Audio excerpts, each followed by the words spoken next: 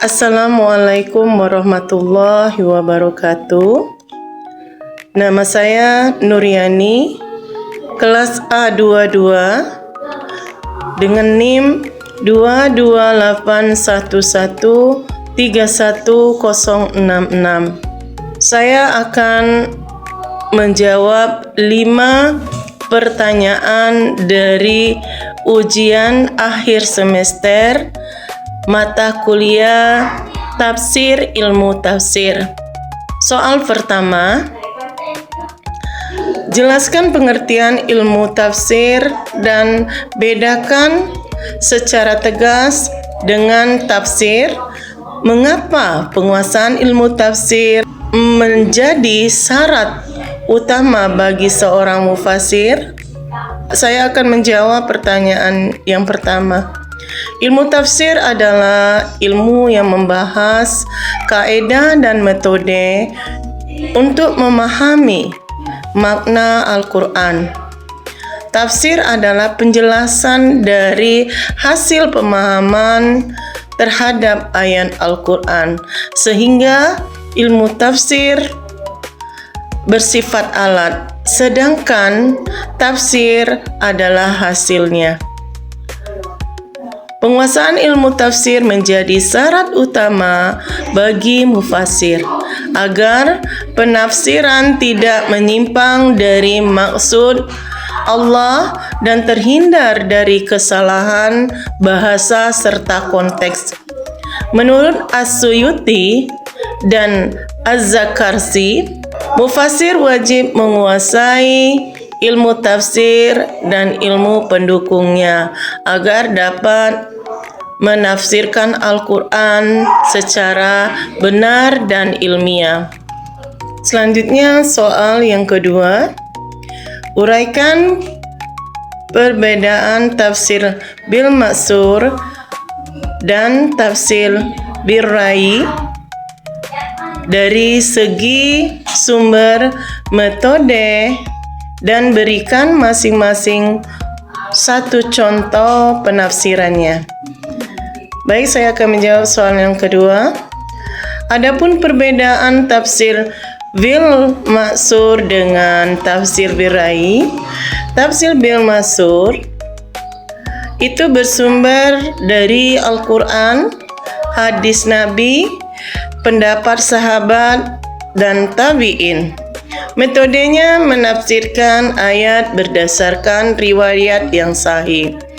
Contohnya, penafsiran Quran surat Al-Fatihah ayat 7 dengan merujuk hadis Nabi tentang Al-Mahdub atau orang yang dimurkai dan Ahdalim, orang yang sesat.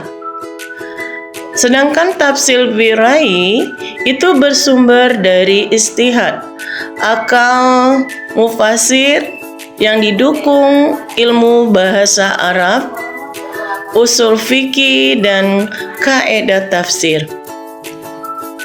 Metode yang digunakan adalah penafsirannya rasional selama tidak bertentangan dengan Al-Quran dan hadis.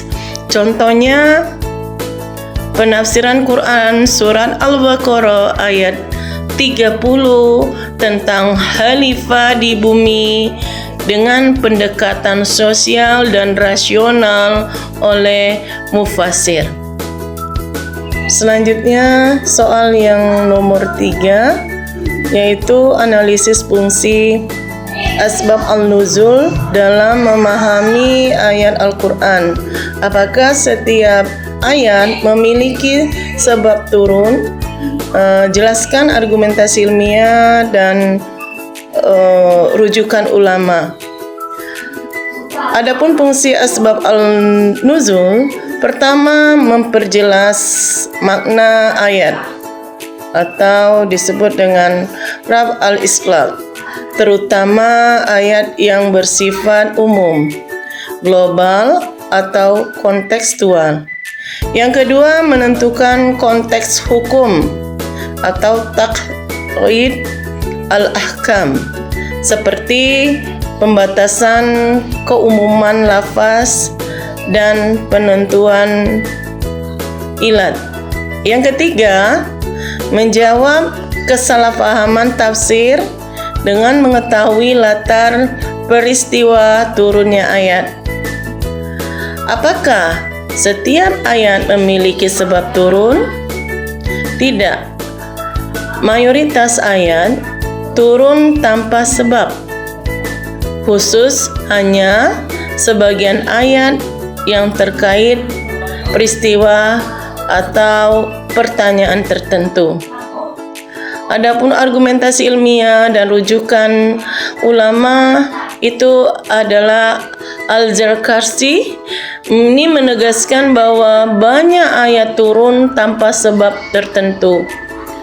Kemudian ada ulama Al-Suyuti menyatakan asbab al-nuzul tidak mencakup seluruh ayat. Ia membantu tafsir, bukan syarat mutlak. Kaidah usul al-ibran bi umum al-las lavi khusus al-sabab. Yang menjadi pegangan adalah keumuman lafal, bukan kekhususan sebab. Jadi, asbaul an-nuzul berfungsi penting untuk memahami konteks dan hukum ayat, tetapi tidak setiap ayat memiliki sebab turun khusus. Berikutnya soal yang keempat. Jelaskan konsep maki dan madani serta urgensinya dalam memahami perkembangan pesan Al-Quran. Berikan contoh ayat dan implikasinya terhadap penafsiran hukum atau sosial. Baiklah, saya akan menjawab soal yang keempat. Konsep maki dan madani. Maki, ayat atau surat yang turun setelah hijrah, fokus pada hukum, sosial, dan kemasyarakatan. Urgensinya membantu memahami konteks sejarah, tahapan dakwah, serta tujuan hukum sehingga penafsiran lebih tepat dan tidak lepas dari kondisi turun ayat, contoh dan implikasi. Maki, sedangkan maki surat Al-Ikhlas menegaskan keesaan Allah. Implikasinya menjadi dasar teologis sebelum penerapan hukum, menanamkan iman terlebih dahulu. Sedangkan madani, surat Al-Baqarah tentang puasa atau muamalah. Implikasinya menjadi landasan hukum praktis dan aturan sosial karena masyarakat sudah siap menerapkannya. Jadi, maki membangun pondasi iman, sedangkan madani mengatur praktik hidup.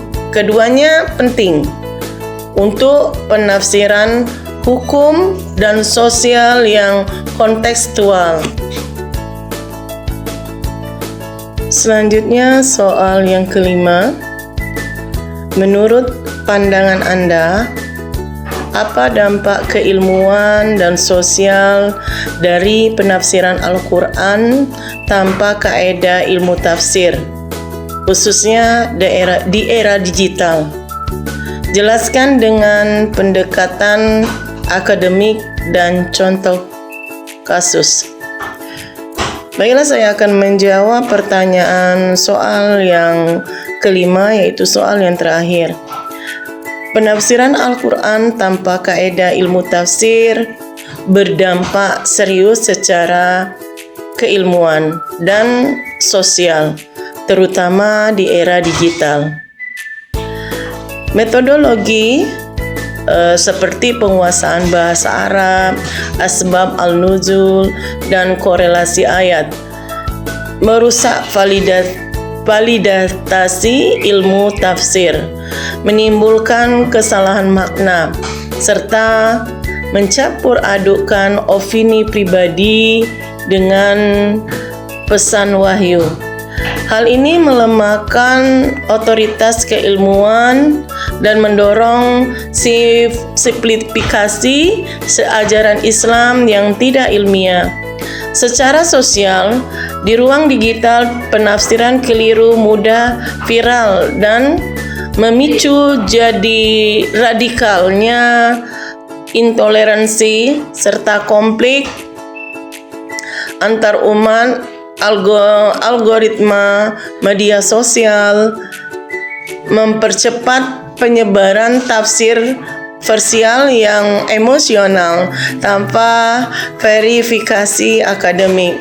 Contoh kasus, penggunaan ayat-ayat jihad yang ditafsirkan secara tekstual dan terlepas dari konteks historisnya di media sosial, sehingga dijadikan legitimasi kekerasan atau ujar kebencian.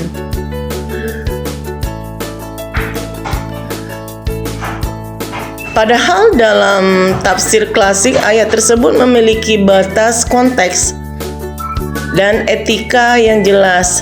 Dengan demikian, penafsiran tanpa kaedah tafsir di era digital berpotensi menyesatkan secara ilmiah dan merusak harmoni sosial. Demikianlah jawaban ujian akhir semester mata kuliah tafsir dan ilmu tafsir. Dan saya akhiri dengan wassalamualaikum warahmatullahi wabarakatuh.